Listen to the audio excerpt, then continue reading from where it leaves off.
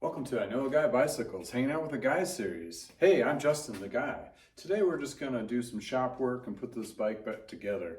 It's a nice little carbon Trek 5.2, I believe, early 2000s, mid 2000s with a carbon 120. These were actually made in the United States before they shifted everything overseas. So I had it stripped, we cleaned the frame, polished it up. It's gonna be an awesome little bike. It's really clean except for a couple scratches, which is not too bad. The componentry came out really clean as well. And I did lube the parts already, so we're just gonna go into the assembly process and just start putting things back together. Typically when I have everything stripped down like this, I start with the brakes, putting those back on. And when you're looking at the brakes, you wanna make sure, I like to lube the pivots. Right, since this has been in the sonic cleaner, so all that grease has probably been blown out. And there's probably a huge debate, out there, what to grease, what not to grease, and what have you, and what so forth. But that's what I like to put those in, because this is actually moving parts, and I use Tri-Flow Super Lube, which usually works really well. I also use that on cables. And in addition to, I like to kind of smooth out or clean up the brake pad surfaces so that you don't have the hardness on the outside, and it kind of gets rid of any kind of contaminants that may have been embedded into the pad. Sometimes the little metal shavings will shave off of the rim itself, and when that happens, it gets embedded into the pad and it just causes more scarring. Not a huge thing, it's just kind of a normal wear and tear on those particular components, but that's how that all works. So we're getting the front brake on. So this particular frame is carbon, and it's also bonded together. I don't think this is where they started layering in them until they moved it overseas. Layering is like a sheet by sheet process, so they put it in a mold and they high pressure and heat, I believe, to epoxy it together, where they can actually manipulate the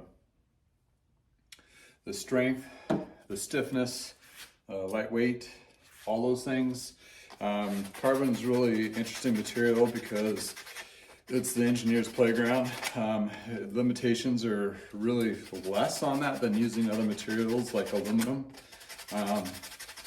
And it just gives them the ability of doing all those kinds of fun things. The costs on them obviously are a little bit more than aluminum and then steel, but still has that flexible feel.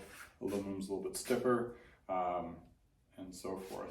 But what's also with carbon too, which is kind of nice, is it's repairable, so you can get it fixed. So if there's damage on there, which I have a couple of frames I'm going to be having worked on, because once I purchased them and started cleaning them and fixing them, I found there was some damage. Sometimes the owners didn't know about it, sometimes they did and didn't say anything about it, whatever. At the end of the day, I'm gonna make sure it's safe to ride. If I can't get them repaired, they're gonna be toast. But these ones are pretty minuscule repairs, and they should be easily fixed on that perspective. So once I get the brakes on there, then I go onto the crank and put this bad boy on. And this is the through axle one. And whoopsie, chasing parts like the mechanic does. And it's one piece that goes through. This is basically the clamp that holds it on, and you got an adjuster cap, slides that in there. Just put that in there. Use my cap adjuster. So what's really cool about this bike, it's, you got it's kind of close to the in and era where they're building them in the United States, where they're really getting into aerodynamic shaping and so forth. Some really cool design work and tapering. And then they just, at that point, they realized that they just needed to compete, go overseas. But I do give it to Trek though. They give it a good solid try. I mean, they try to build majority of their inventory.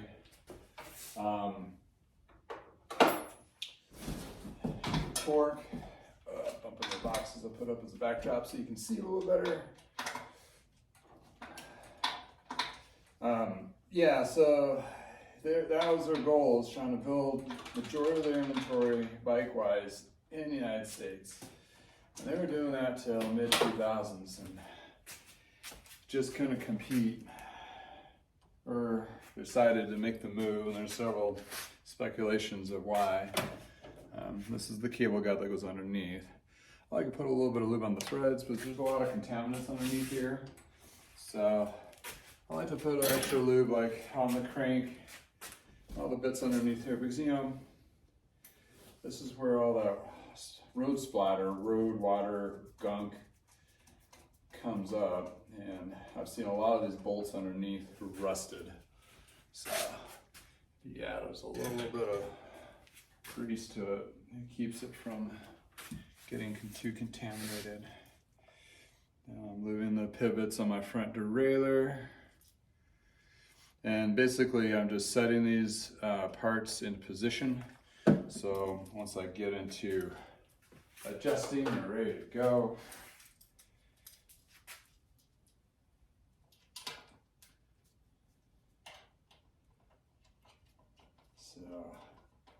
and this is a what they call a braze-on derailleur. A braze-on derailleur is something that clamps to the actual frame. Or it doesn't clamp, it has a mount to put on there, and you can adjust it on there. A lot of other bikes will use a band clamp, which you can buy a braze-on and buy a band clamp that matches the diameter of the seat tube. And there are 3 different sizes that I know of for band clamps. So the braze-on derailleur is a little more versatile because it goes with this clamp style, which is a direct mount. Then you have the 2 band clamps that goes around. Yeah, I'll quickly show what a band clamp is. The band clamp is this guy. So it's already integrated into the derailleur itself. Then the braze-on is the one that just goes to, oh, there's another one, to this guy. Now it's the clamp, so you can put a braze-on here, and this, those are the 3 different sizes you can get of those, that kind of thing. So before I put the rear derailleur on, I want to mount the wheel. In this case, I have a Bontrager race light. And again, I like to lube the freehub body. Just give it a little bit of light coating. And you're looking at my brush and going, oh, it looks like you can buy the little brushes. This is left over from my days. I went to art school back in the 80s, 90s. So I had all these brushes left over from painting, and lo and behold, I didn't know they'd be coming really handy for bike assembly and sorts. So repurposing, and it's done me very well. I've actually used it more on bikes than I did actually painting. So you can tell, being in the cycling industry for 30 years, my painting career really did not take off. So I was out there trying to find myself, and found myself working in my parents' bike shop. That's what happened, which was a great thing. But you know, you find those callings, and they're usually right in front of you. And in this case, it was right in front of me until I realized, oh, this is what I really want to do. And so, like, to build. So I take that artistic abilities and I put it attention to details of cleaning the frame and so forth. So I get a lot of added use of that. So these come together, the cassette, they're keyed, and you make sure you get the spacers right. Because, you know, if you don't get the spacers right, it's all kind of funky. It's not going to work right. I couldn't tell you how many times I'm like, oh, I'm missing a spacer, or put the wrong one on there. And end up snug, but not too tight. And I like to lube the little pivot here, so it's a little bit easier so it doesn't bind. Also, lube the skewer, because that can, in areas, well, I'm in Colorado, so it's pretty arid. We don't usually have problems like this, but I was in Michigan for a couple of years, and working in there in a very humid climate, Holy cow, I have not seen rust like that anywhere. It was insane. It's one of those things that you do rust preparation a lot, and the cyclists out there ride year round. I mean, because you don't have anything else to do. Here in Colorado, we have the benefit of like, hey, we can go skiing, snowshoeing, snowmobiling, a whole bunch of winter sports. Cycling is sometimes kind of not as popular, but there, cycling is huge, which is a great community. It is here as well, but there, you know, they go year round. And there lies the problem where you get into rust and so forth because of all the snow that they have, and how they treat their roads also is a big factor because they use strictly just salt. And that just eats up your cars, your bikes, everything. It's horrible, scary, crazy. Here in Colorado, they use mag chloride and a mixture of sand. I don't think they use very much salt. It's not, probably not as readily available. Got the wheels on there. Pivot my derailleur. Inspect it. Got a strain in here.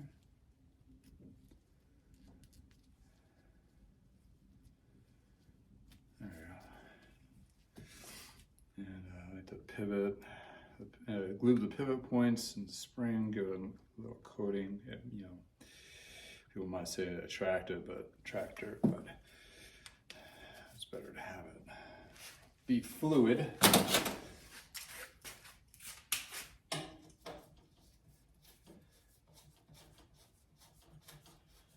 So this guy, I got the derailleur. Oh wait. Big mistake. I checked the dropout first, or the derailleur hanger alignment. So, we'll do that. I use the alignment tool. You know, you only need to do this once in a while, so it's not a tool that you probably need to purchase for your personal shop use kind of thing. But since I work on bikes all the time, it's just making sure that derailleur is lined up. And you gotta be careful with this one. This is not a replaceable hanger on it. So once it goes, it goes. It's done. We would do this on every bike, even the new ones out of the box, because things get moved around during shipping. And every tune-up we would do, check that too, because the alignment aligns this derailleur portion, and if it's not lining up with the cogs when it's going back and forth at an angle or a skew, it's going to not shift very well. And I've had situations where I was trying to figure out shifting issues, and lo and behold, I go to check that, and oh, that's what it was. And you'd be amazed how little of an adjustment can make a world of difference on a derailleur. Here's the cable guides that go to the frame on the down tube.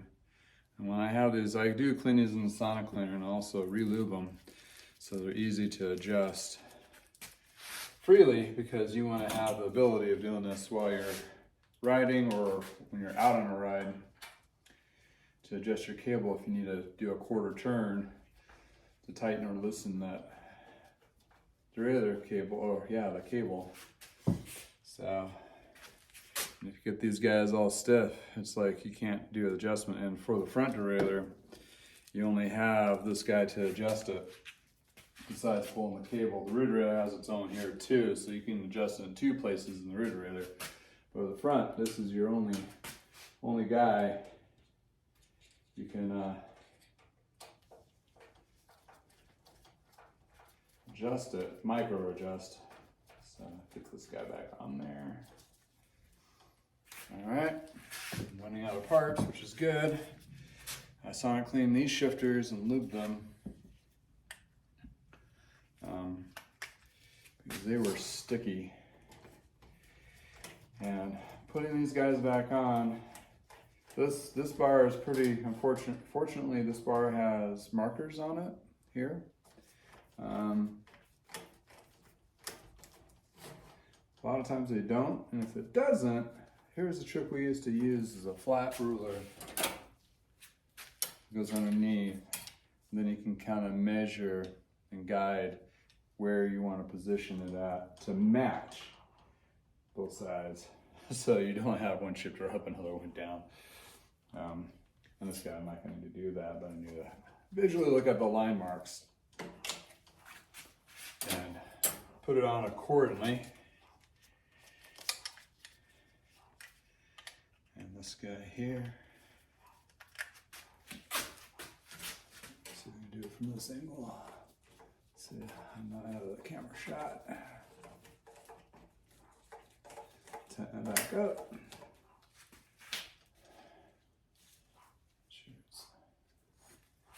Equal.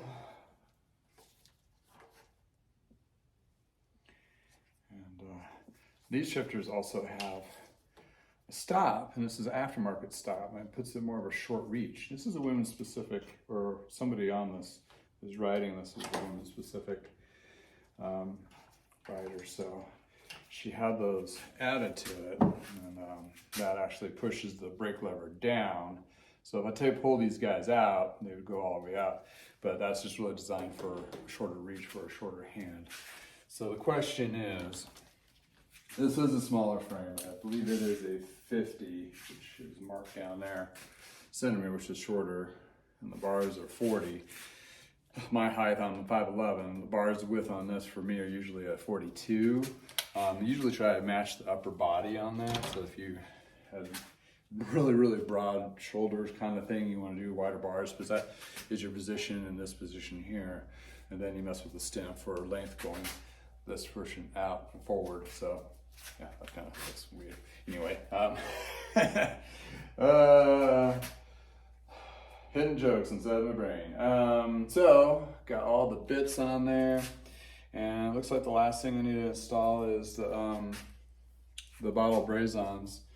Reminds me I need to shoot a video about bottle brazons and how they get stripped. So I do put a little lube on this. And the reason why is this little thing in here is a little grommet, and it's pressed fit in there.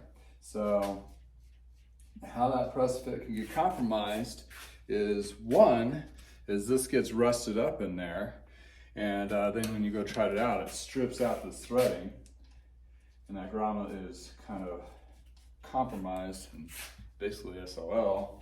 Then you have the other issue is some people, it's a mount, and there's some accessories out there that add quite a bit of weight.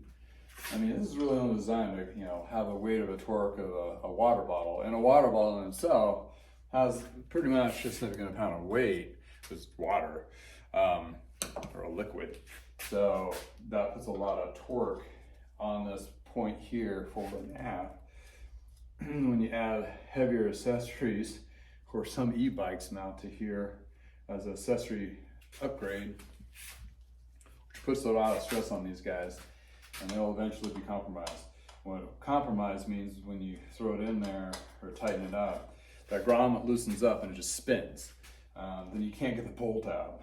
So that's a booger. That's why I lube these, so it gives it a chance to at least unscrew easily. And after a few times, you don't have to lube them every time. Once you lube it once, you switch out all the pieces several times, that lube will stay in there, kind of thing. And it's not going to compromise anything inside. But that helps with those bottle mounts maintaining their integrity over a period of time, so if they don't lose out. But anyway, those bottles, you put too much weight on there and got a problem. Can be fixed, but you got to make sure you got a good mechanic that knows how to do it, because you have to cut these things out, and they're flush with the paint job on the actual frame. So for me, I really have to do a layering surface of tape to cut it, and the little piece falls out. Then you got to fish that out, and then when you put it in a new one, you have this big gun and you clamp it in there, and it's as good as new. But you don't want to be scarring up the frame and everything by doing that. So I mean, I was I've done several of them over the years, but the first couple I was kind of nervous. you know, mainly I'm working on my own bikes now before I sell them, so I don't have that huge load of like, oh, I'm messing up somebody's bike. But, you know, those experiences and so forth are actually gonna make this bike, you know, a lot better than it has been in a long time. So got my bits on there. So next thing is the chain and the cables, and I gotta measure that out. So second or third stage of getting this ready, you know. So that's basically what I do to lube the parts and get it back on the frame and get this bike out and ready for a new rider to enjoy and explore the wonderful world of cycling. So here's the shameless plugs. If you like these videos, hit subscribe on YouTube, like me on Facebook, or join on my email list on my website, iknowaguybicycles.com. And I'll be pushing these out as many as I can. So thank you for spending the time with me today, and hopefully it wasn't too boring and you picked up on some tips. Thanks again. Have a great day.